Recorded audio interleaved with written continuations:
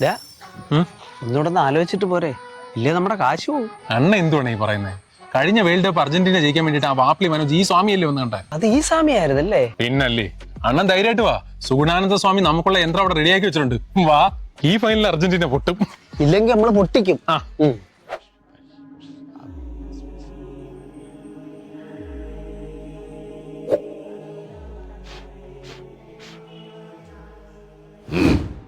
വാങ്ങിച്ചോ. ഇതെന്ത് സ്വാമി ചെയ്യണ്ടേ? പറയാം. ഗുജറാത്ത് പർവ്വം നിദ്രാമുക്ത സമീപസ്ഥ ക്ഷേത്ര തടാകെ നിമജ്ജ ഉത്തായ ച. അതായത് കോഴി കൂകുന്നതിന് മുമ്പേ ഉറക്കമുണരണം. അതിങ്ങനെയാണെന്നോളൂ.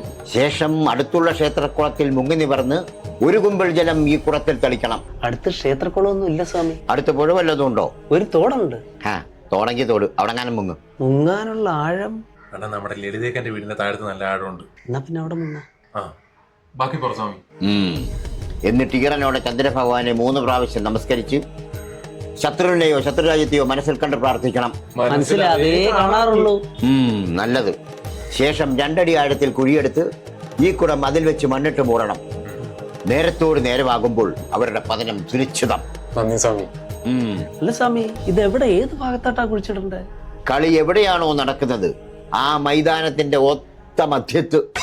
വലിച്ചു കിടക്കുന്ന നിന്നോട് ഞാൻ അന്നേരെ പറഞ്ഞല്ലയോ? എന്നാ ഇത് നീ എന്നെ വെച്ചോ. പുള്ളിക്ക് ഇതിൽ വലിയ വിശ്വാസമൊന്നുമില്ലല്ലേ? എന്തായാലും എനിക്ക് നല്ല വിശ്വാസമായി. ഇത് ഇയാൾ എന്നോട് കുഴിച്ചിട്ടോ? അയ്യോ പോലെ, നല്ല ഫലം കിട്ടും. കാര്യം നടന്നിട്ട് ദക്ഷിണ തന്നാ മതി എന്നേ.